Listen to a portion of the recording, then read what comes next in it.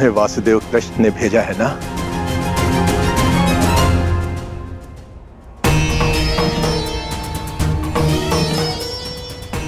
नहीं भद्र, यदि मैं मुक्त हो गया हूं तो अवश्य ही तुम्हें कृष्ण ने भेजा है, और जो तुम्हें कृष्ण ने नहीं भेजा अर्थात मैं मुक्त नहीं हुआ।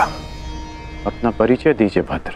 मैं विश्वकर्मा हूं, देवताओं का प्रधान वास्तुकार। जरासंध ने मुझे भी यहां बंदी बनाकर रखा था। कल रात्रि श्री कृष्ण ने मुझे सपने में दर्शन दिए। उन्होंने कहा कि वो मुझे स्वयं मुक्त कराने आएंगे, किंतु आश्चर्य वो नहीं आए।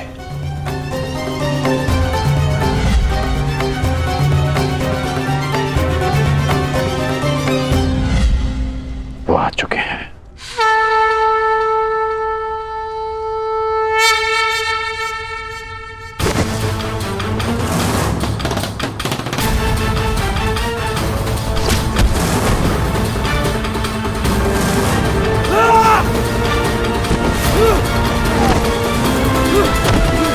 सबके सब मल थक गए। यहां कोई भी नहीं जो जरासंध से मल युद्ध कर सके।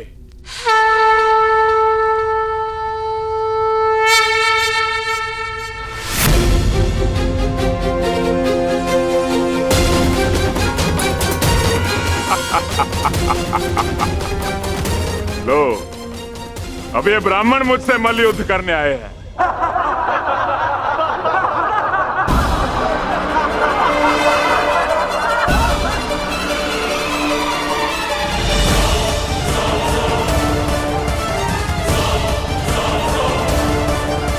हम तो पूजा स्थल के लिए निकले थे मगध नरेश, परंतु भूलवश हम यहाँ आ गए। अच्छा हुआ भूलवश इस घेरे में नहीं चले आए, अन्यथा मुझसे मल्ल युद्ध करना होता। अब अपनी भूल सुधारो और यहां से चले जाओ। यह स्थल केवल और केवल योद्धाओं के लिए, निर्बल ब्राह्मणों के लिए नहीं। जी राजन, जैसी आपकी इच्छा।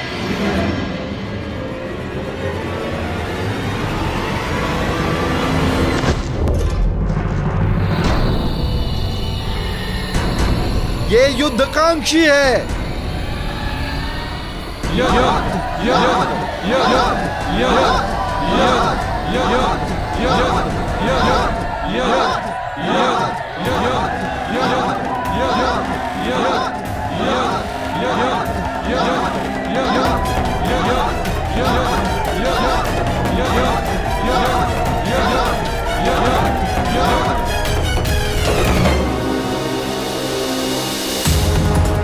लगता है आपने सुना नहीं ब्राह्मण देव।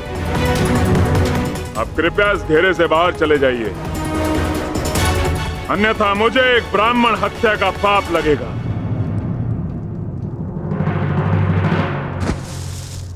कुछ क्षण पहले आपने सभी को चुनौती दी थी मगध नरेश, तो समझो वो चुनौती मैंने स्वीकार कर ली।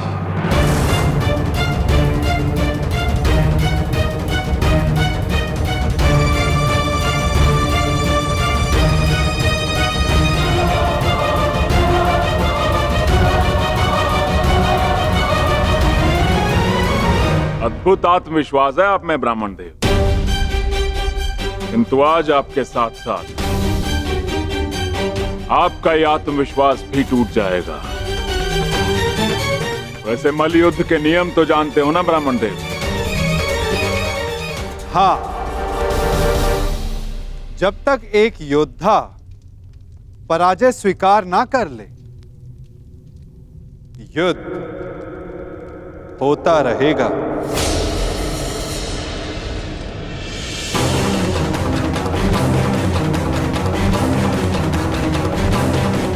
स्वीकार है मगध नरेश? स्वीकार है।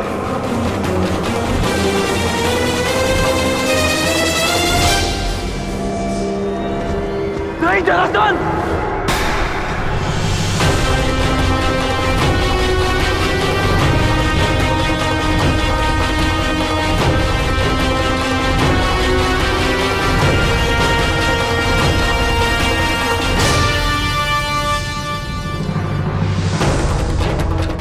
ये चुनौती स्वीकार मत करना।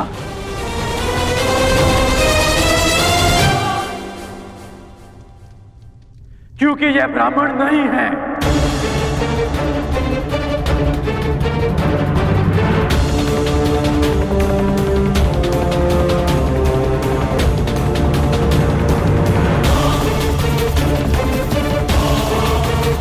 तो फिर कौन है ये?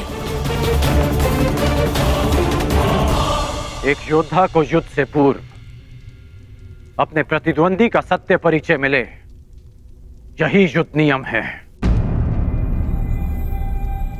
जिसने तुम्हें चुनौती दी वो वृकोदर भीम है।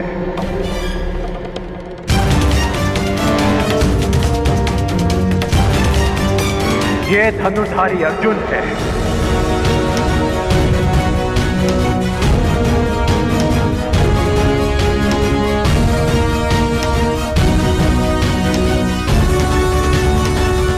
और भीम के पीछे जो खड़े हैं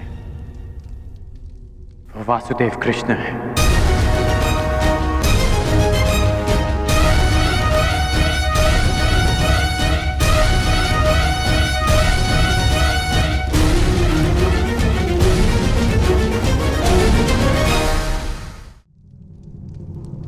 अब सत्य जानने के पश्चात तुम ये चुनौती अस्वीकार कर सकते हो।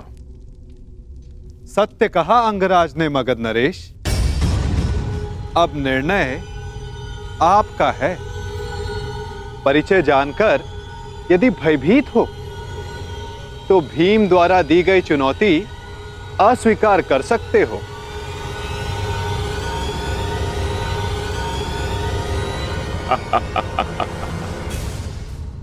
मैं तुम्हारी भांति रणछोड़ नहीं हूं वासुदेव।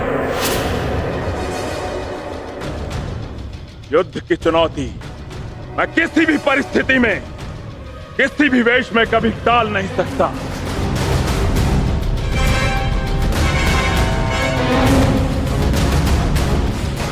मैं इस चुनौती का अंत करूंगा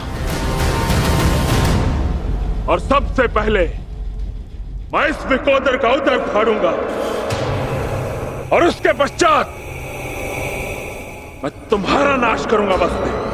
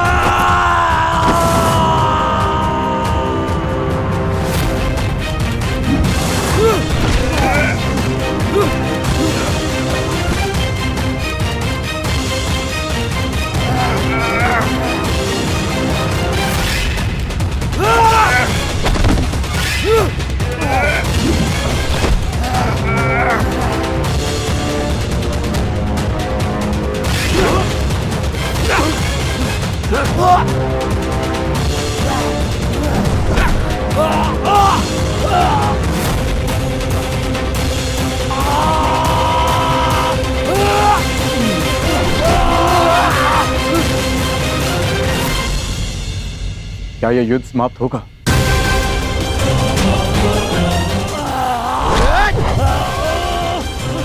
जिसका प्रारंभ हुआ है उसका अंत भी निश्चित होता है पार्थ।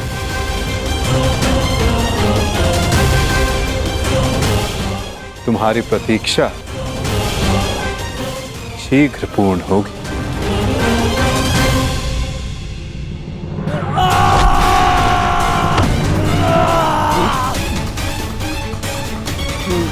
उठो जरासंध, युद्ध करो, उठो।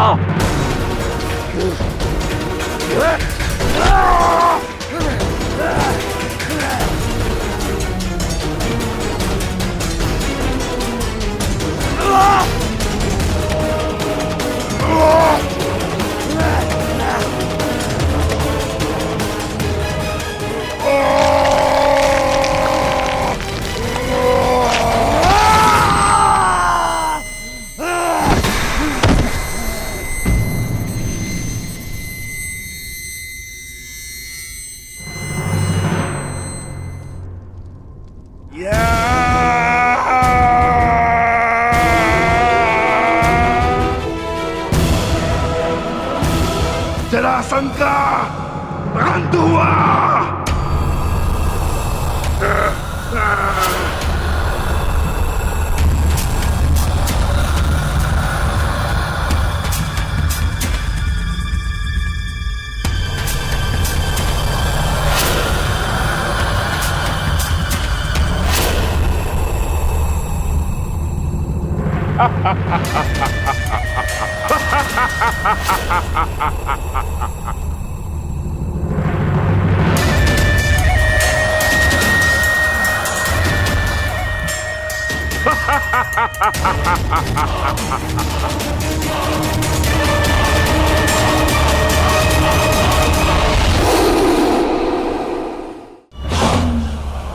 मुझे चुनौती देने से पूर्व मेरे जन्म की कथा तो जान लेते। माता के गर्भ से 2 पिंडों में जन्मा मैं, मृत, और मेरे शरीर को वन में फेंक दिया गया। वहां जरा नामक राक्षसनी ने उन पिंडों की संधि करके जोड़ा और मेरा नामकरण हुआ जरासंध।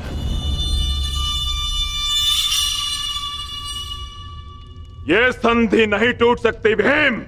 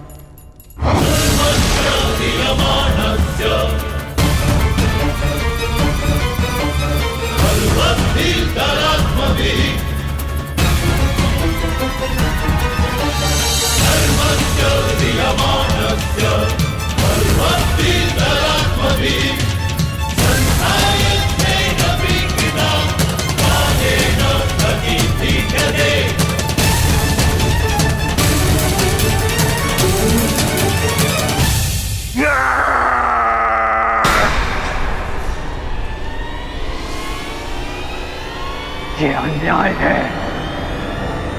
ये छल है।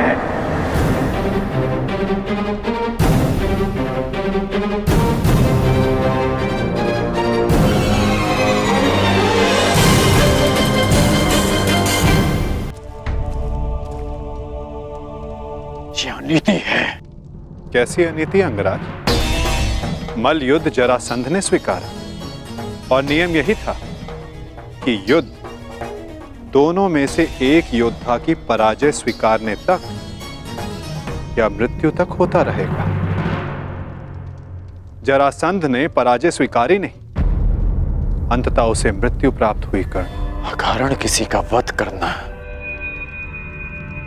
क्या ये अनीति नहीं? जरासंध ने भीम को क्या हानि पहुंचाई थी? तो उस सर्प ने तुम्हें क्या हानि पहुंचाई थी कर्ण, जिसका तुमने वध कर दिया था? मैंने उस सर्प का वध किया क्योंकि वो मेरे निरपराध सारथी को डसने वाला था। यदि वो सर्प दंड का भागी था तो जरासंध भी दंड का भागी था कर्ण, जिसने 100 राजाओं की बलि चढ़ानी चाहिए। परंतु मैंने उन 100 राजाओं को मुक्त किया, फिर उसका वध क्यों किया? तुमने जरासंध से संधि की, 100 राजाओं को मुक्त भी करवाया कर, परंतु ये संसार क्या जरासंध के आतंक से मुक्त था? नहीं कर। तुम किसी की प्रवृत्ति नहीं बदल सकते मित्र। और जरासंध की प्रवृत्ति थी आतंक फैलाना, इसीलिए उसका विनाश आवश्यक था। मैं अपने ज्येष्ठ भ्राता महाराज युधिष्ठिर की ओर से यह घोषणा करता हूं कि आज आप जरासंध के आतंक से सदा सदा के लिए मुक्त हुए। महाराज युधिष्ठिर की जय, वासुदेव कृष्ण की जय, महाराज युधिष्ठिर की जय, वासुदेव कृष्ण की जय। हम सब आपके आभारी हैं महावीर अर्जुन। हम सब अपने आप को महाराज युधिष्ठिर के अधीन स्वीकार करते हैं। जो अधीन हो वो दास होता है, और हमें दास नहीं आपकी मित्रता चाहिए।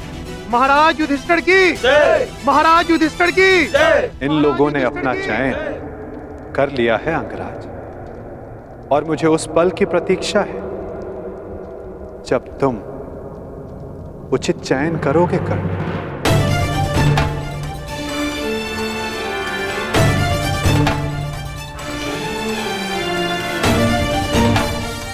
आप ही ने कहा था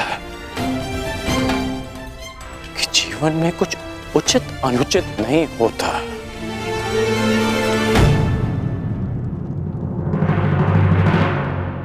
अब समझ में आया कि ऐसा क्यों कहा था। यदि कुछ है तो वो है कर्म, और आपके कर्म के परिणाम। और मेरे कर्म मेरी दृष्टिकोण में उचित हैं, और आपके कर्म आपकी दृष्टिकोण में। अद्भुत। तुम मुझे कभी चकित करने में असफल नहीं होते मित्र। प्रत्येक बार तुमसे मिलकर तुम्हारे लिए मेरा सम्मान और अधिक बढ़ जाता है। वासुदेव, मैं आपको सावधान करता हूं कि जिनकी सहायता और उत्थान के लिए आप ये प्रयास कर रहे हैं, कि जिनके पक्ष में आप मुझे ले जाना चाहते हैं, एक दिन वही आपका सम्मान भंग करेंगे, आपको लज्जित करेंगे।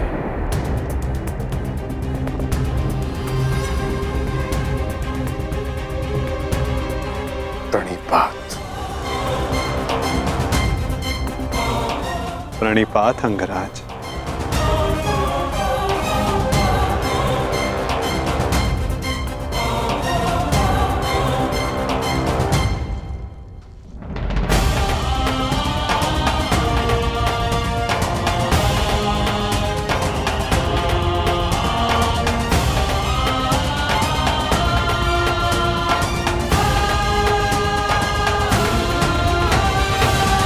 वासुदेव,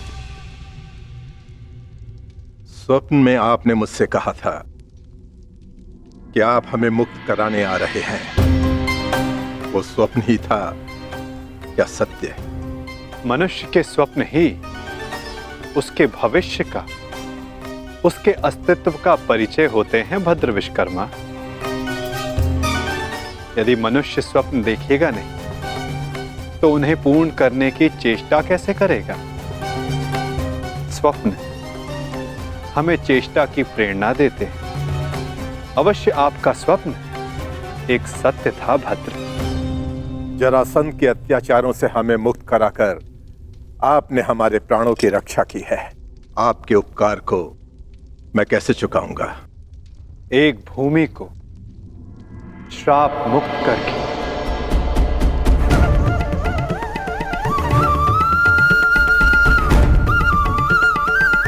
मैं? हाँ, क्योंकि जहां श्राप हो वहां पाप को जड़े बैठाने का अवसर मिलता है और पाप का तारण एक पुण्य आत्मा ही कर सकती है भद्र। यदि आप ये उपकार चुकाना चाहते हैं तो आपको युधिष्ठिर के राज खांडवप्रस्थ के श्राप को हरना होगा, और यदि नहीं तो भी यह आपकी इच्छा पर निर्भर करता है। निर्णय आपका है भद्र।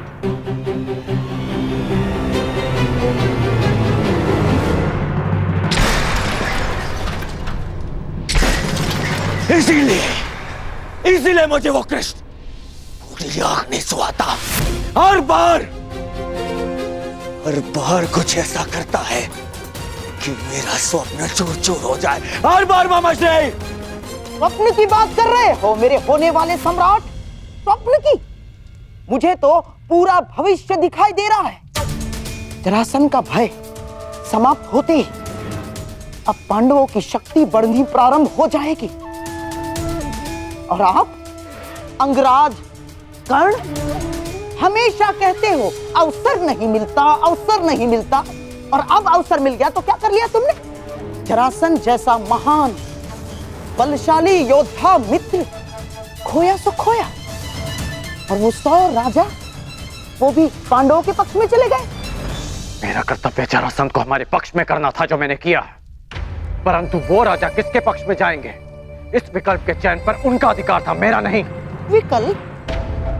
अंगराज, कदाचित आपको ज्ञात नहीं होगा, शासक कभी भी प्रजा के सामने विकल्प नहीं रखता ना। वो केवल प्रजा को अनुभव करवाता है कि उनके पास चुनने का विकल्प है, परंतु वास्तविकता में वो केवल वही चुनवाता है जो वो चाहता है। हाँ, जैसे अर्जुन ने किया।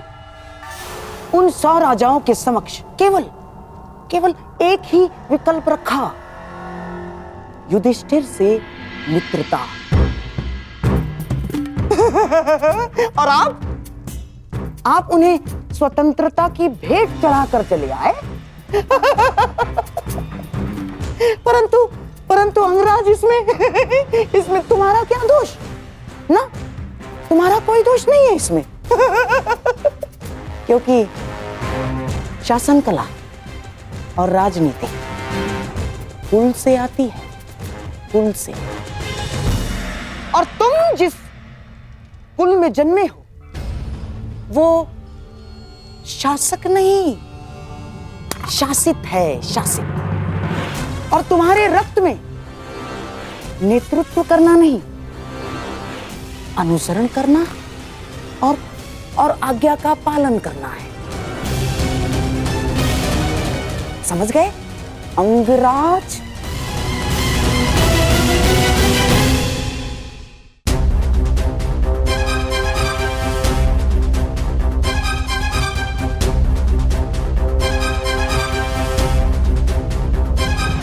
मुझे प्रसन्नता है कि मेरा जन्म उस कुल में हुआ जहां रथ चक्र बनाए जाते हैं, कुचक्र नहीं। जहां आज्ञा का पालन किया जाता है, षड्यंत्र नहीं। मित्र दुर्योधन ने जो मुझसे कहा, मैंने उसका अनुसरण किया। षड्यंत्र नहीं। बस मामाश्री, वहां वो पांडव अपना बल बढ़ा रहे हैं और आप मेरे मित्र का अपमान कर रहे हैं मामाश्री। धन्य हो मेरे होने वाले सम्राट। यहाँ तुम्हारा मित्र तुम्हारा भविष्य पांडवों की झोली में डालकर चला आया और तुम मान और अपमान को लेकर बैठ गए। परंतु अब मैं दर्शक बनकर नहीं बैठूंगा ना। अब इस खेल की कमान मैं संभालूंगा। उस वासुदेव कृष्ण के इस छल का उत्तर मैं भी छल से ही दूंगा। वासुदेव,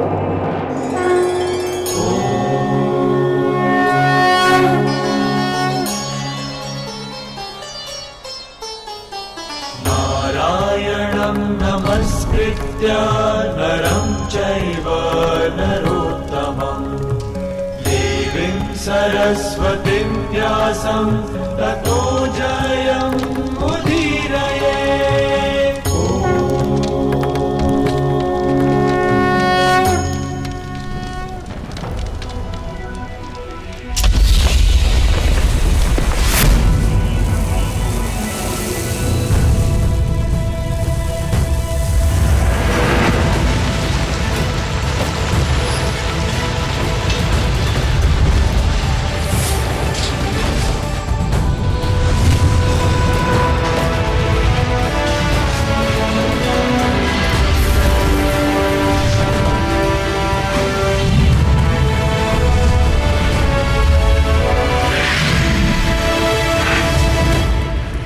देवराज इंद्र के आशीर्वाद से निर्मित यह भव्य नगर इंद्रप्रस्थ कहलाएगा।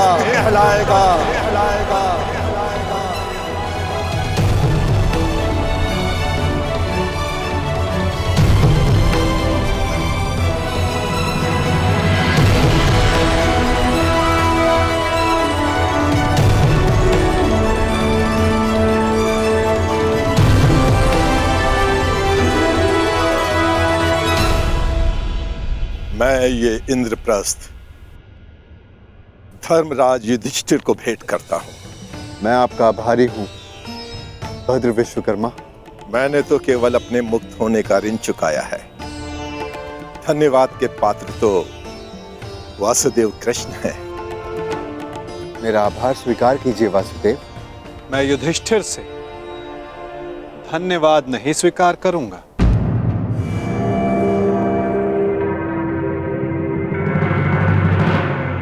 क्यों वासुदेव? क्योंकि मुझे सम्राट युधिष्ठिर से धन्यवाद लेना है। समय आ गया है कि आप राजसूय यज्ञ संपन्न करके सम्राट की पदवी पाएं। धर्मराज, यज्ञ का संकल्प लो। आर्यव्रत के समस्त राजाओं को निमंत्रण दो। मैं चाहता हूं कि संपूर्ण आर्यव्रत आपका प्रभुत्व स्वीकार करे।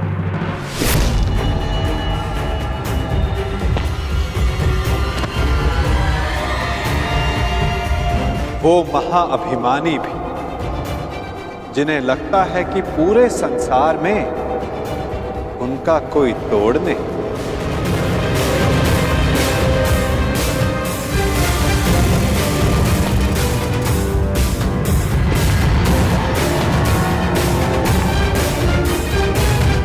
वो जो वरदान के दंभ में सबको श्रापित समझते हैं।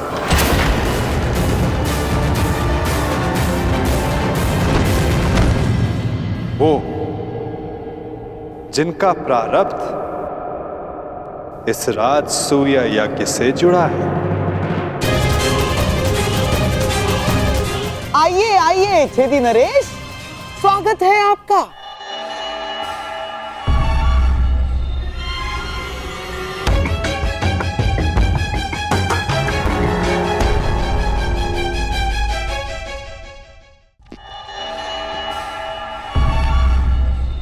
शानदार नरेश, टूटी टांग के लिए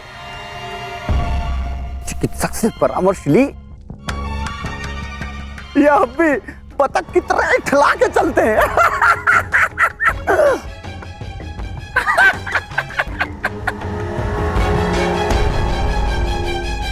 केश जितने श्वेत हो रहे हैं, दंत पंक्ति उतनी ही काली होती जा रही है। छेदी नरेश, कदाचित आप भूल रहे हैं कि आप किसका उपहास कर रहे हैं। क्षमा करना महाबली सर्वशक्तिशाली दुर्योधन,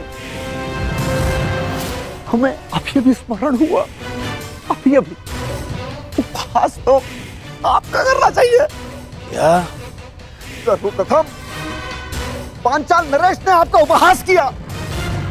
पांचाली के स्वयंवर में उपहास हुआ आपका, और जब आप महाबली सर्वशक्तिशाली सम्राट दुर्योधन बनने वाले थे, उस समय युधिष्ठिर ने मुकुट छीन लिया।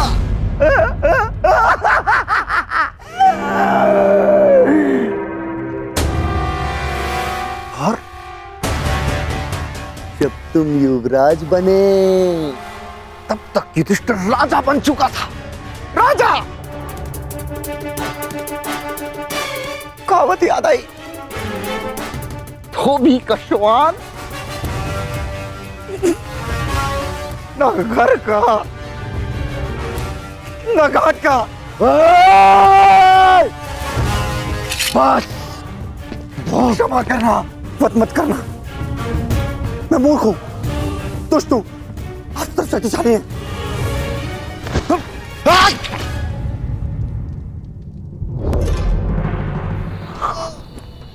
क्षमा करना।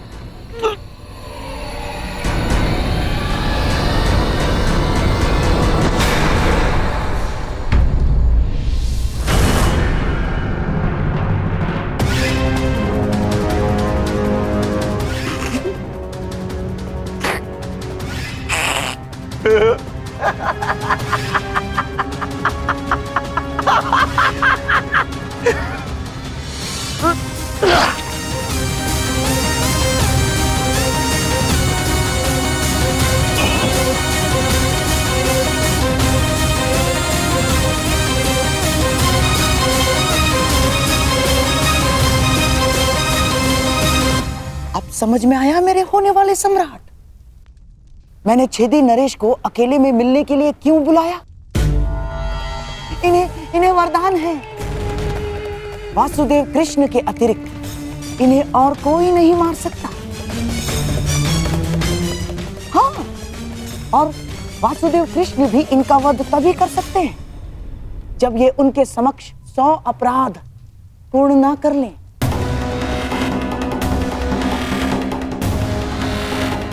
उस वासुदेव कृष्ण के हर छल का उत्तर है ये छेदी नरेश शिशुपाल।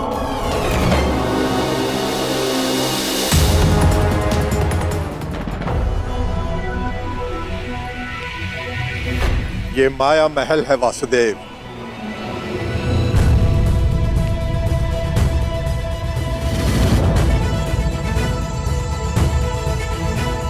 अद्भुत भद्र विश्वकर्मा, बहुत ही सुंदर भवन है।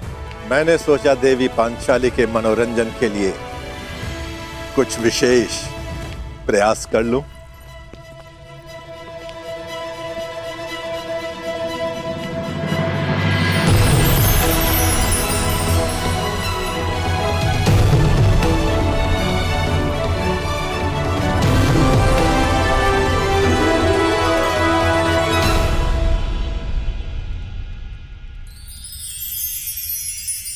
यहां जो जैसा दिखाई दे रहा है वो वैसा कदापि नहीं है।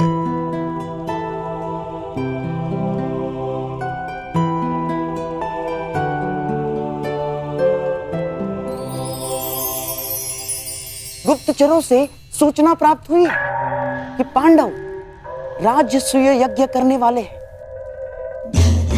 और आप भी वहां जाएंगे। यद्यपि कृष्ण के मित्र मेरे स्वाभाविक शत्रु हैं, हाँ। परंतु पिता के आदेश के कारण जाना होगा। तो कुछ ऐसा कीजिए ना कि आपके स्वाभाविक शत्रुओं का प्रयोजन विफल हो जाए। नीति कहती है कि यज्ञ में निमंत्रित अतिथि का अतिथेय द्वारा अपमान हो जाए तो यज्ञ भंग हो जाता है।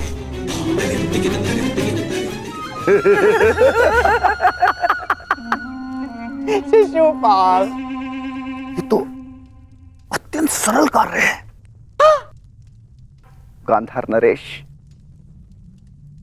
आपने तो वो कार्य बता दिया जिसमें मुझे सर्वाधिक आनंद की अनुभूति होती है। अपमान।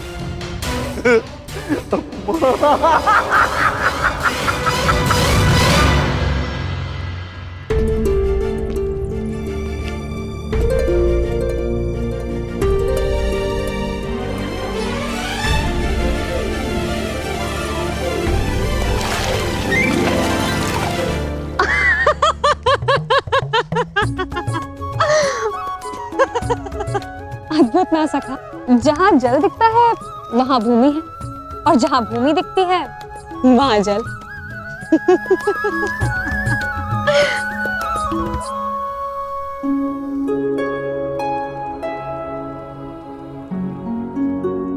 सखा,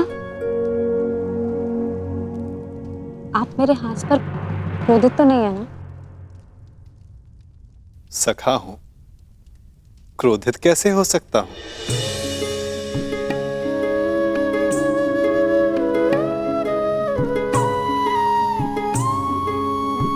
परंतु कदाचित कोई और क्रोधित ना हो जाए। प्रणिपात माता, निमंत्रण भेजे जाने के लिए प्रस्तुत है।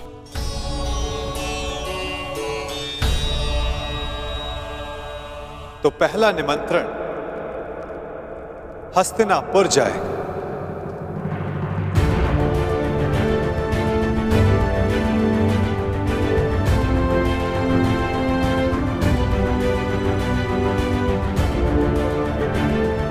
क्या हुआ पार्थ, कुछ व्यथित दिखाई देते हो? हाँ माता, शंका है कि क्या दुर्योधन यहां आना स्वीकार करेगा? उसे तो हमारी उन्नति तनिक भी नहीं सुहाती, और यदि वो यहां नहीं आया तो माता कुंती यहां अकेली कैसे आएंगी? प्रयास करना हमारा कर्म है पार्थ, और ये कर्म बिना परिणाम सोचे करना होगा। कदाचित फल हमारे हित में हो। मैं हस्तिनापुर निमंत्रण स्वयं लेकर जाऊंगा, क्योंकि केवल माता कुंती को नहीं, तुम्हारे कुछ और संबंधियों को भी यहां लेकर आना है।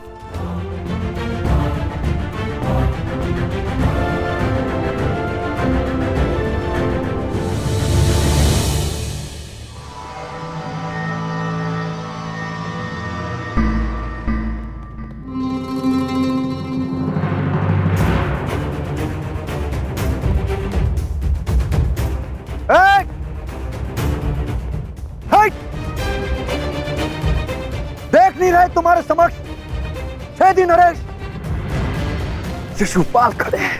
तो छेदी नरेश, तुम भी जान लो कि तुम अंगराज कर्ण के सामने खड़े हो। तो तुम हो अंगराज कर्ण।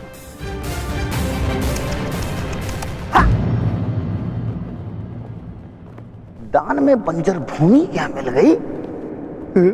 स्वयं को राजा समझ बैठा। भूल गए कि सूत का काम रथ की बागडोर संभालना है, राज्य की नहीं।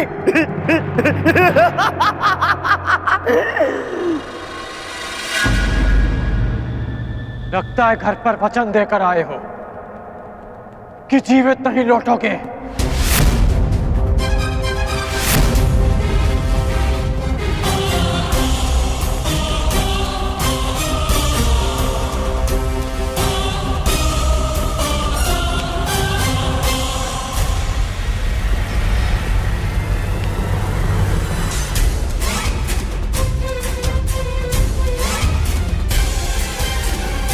अरे मित्रगण, ये शिशुपाल है, ये मेरे अतिथि हैं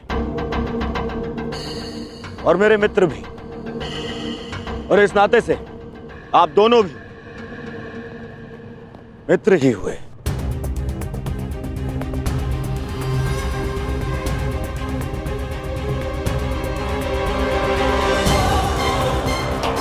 मेरा केवल एक ही मित्र है और वो हो तुम, और तुम्हारे अतिरिक्त किसी को मित्र बनाना होगा तो इस बार चयन में सावधानी बरतूंगा।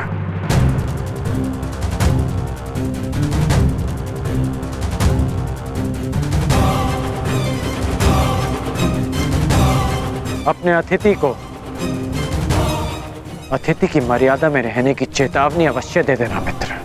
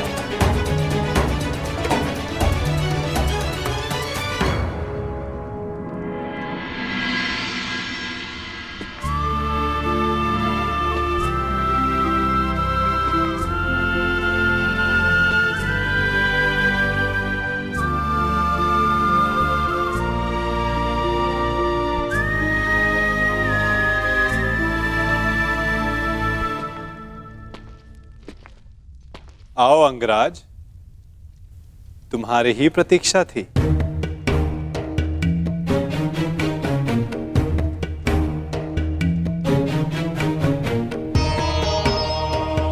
क्षमा कीजिए वासुदेव, मुझे ज्ञात नहीं था कि आप भी यहाँ हैं। कोई समस्या नहीं मित्र, बहुत कुछ है जो अब तक सबको ज्ञात नहीं, परंतु अब सबको ज्ञात होगा। मैं वासुदेव कृष्ण इस सभा में उपस्थित समस्त जनों को अपनी और राजा युधिष्ठिर की ओर से प्रणाम करता हूं और उनकी ओर से आप सबको निमंत्रण देता हूं। कैसा निमंत्रण वासुदेव? अपनों को निमंत्रण आनंदो उत्सव के लिए ही दिया जाता है महाराज। आपने हस्तिनापुर का एक भाग खांडव प्रस्थ पांडवों को दिया और उन्होंने अपनी परिश्रम और योग्यता से उसे महान इंद्रप्रस्थ में परिवर्तित कर दिया।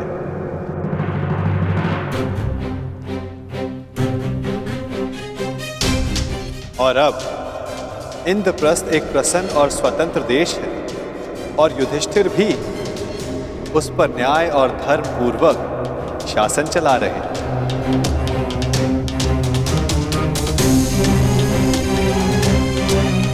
मैं हस्तिनापुर को बधाई देना चाहता हूं कि धर्मराज राजसूया यज्ञ संपन्न करके चक्रवर्ती होने जा रहे हैं और उन्होंने सादर आप सबको इस यज्ञ के आयोजन में निमंत्रित किया है।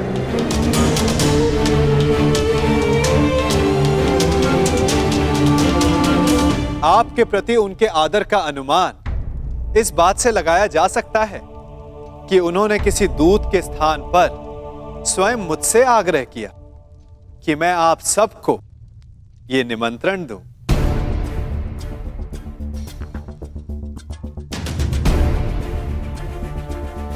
वासुदेव, यह जानकर प्रसन्नता हुई कि पांडव पुत्रों ने बंजर भूमि को इंद्रप्रस्थ बना दिया।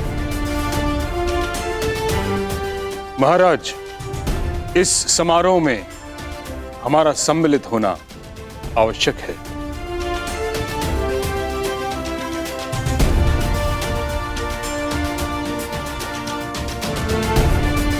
कुरुवंश की संतान चक्रवर्ती सम्राट बने, यह हमारे लिए गर्व की बात है।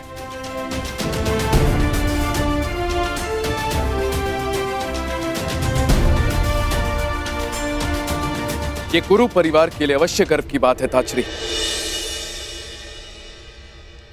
परंतु हस्तिनापुर यदि इस यज्ञ में सम्मिलित हुआ तो क्या यह राजनीतिक रूप से उनकी अधीनता मानने के समान नहीं होगा?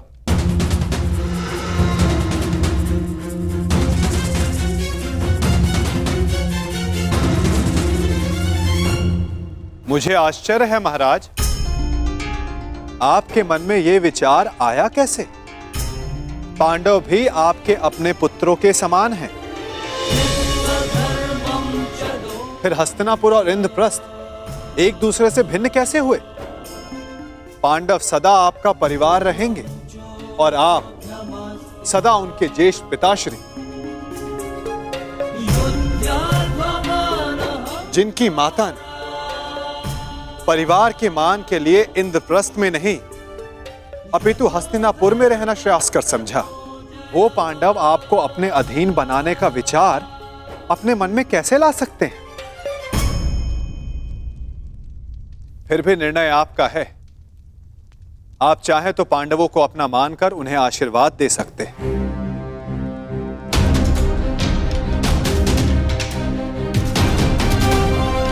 या फिर वहां अनुपस्थित होकर यह दर्शा सकते हैं कि हस्तिनापुर पांडवों के वैभव से ईर्ष्या रखने लगा है। तुम्हारा क्या मत है विदुर?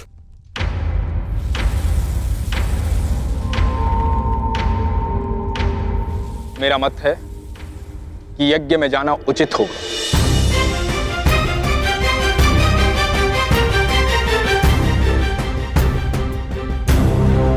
पांडव हमारे शत्रु नहीं हैं, और यदि हस्तिनापुर इस यज्ञ में सम्मिलित नहीं होता है तो चारों तरफ यह संदेश जाएगा कि हस्तिनापुर से पांडवों की उन्नति देखी नहीं गई।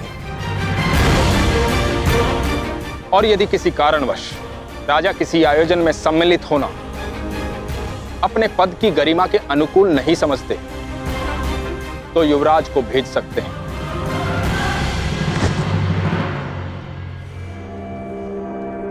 यदि ताचरी और विदुर का यही सुझाव है तो हस्तिनापुर उस समारोह में अवश्य सम्मिलित होगा।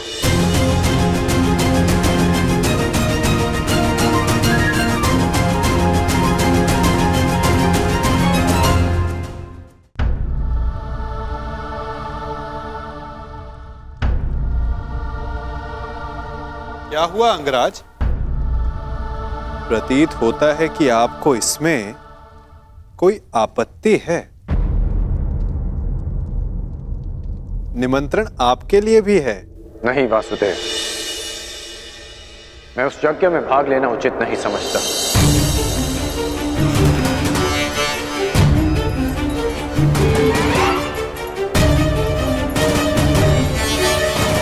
कारण? एक नहीं, 3 कारण हैं। पहला, मैं युधिष्ठिर को सम्राट पद के योग्य ही नहीं समझता।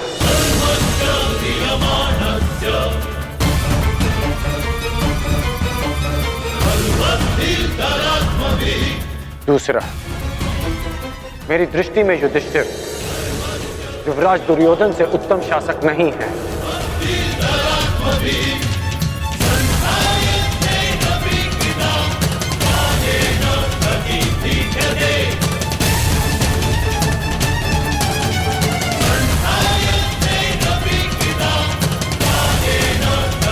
दुर्योधन।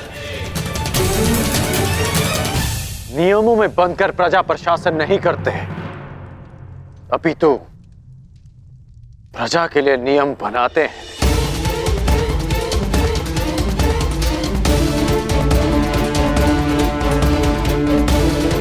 और मुझे पूर्ण विश्वास है कि मेरे मित्र के राज्य में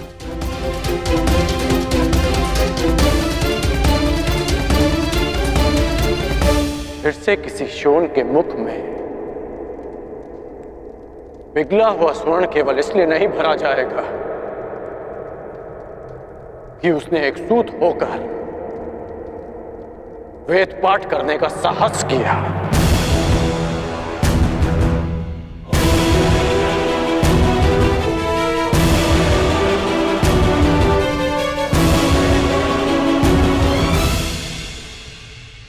और तीसरा और सबसे बड़ा कारण, मैं धर्मराज के परिवार का सदस्य भी नहीं।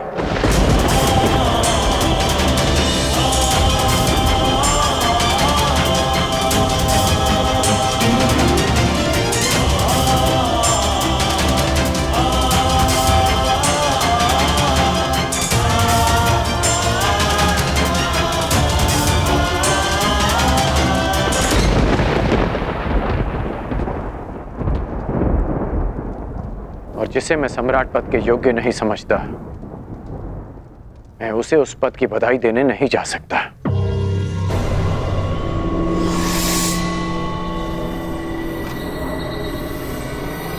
क्षमा कीजिए केशव कि मैं आपके इस निमंत्रण को अस्वीकार कर रहा हूं।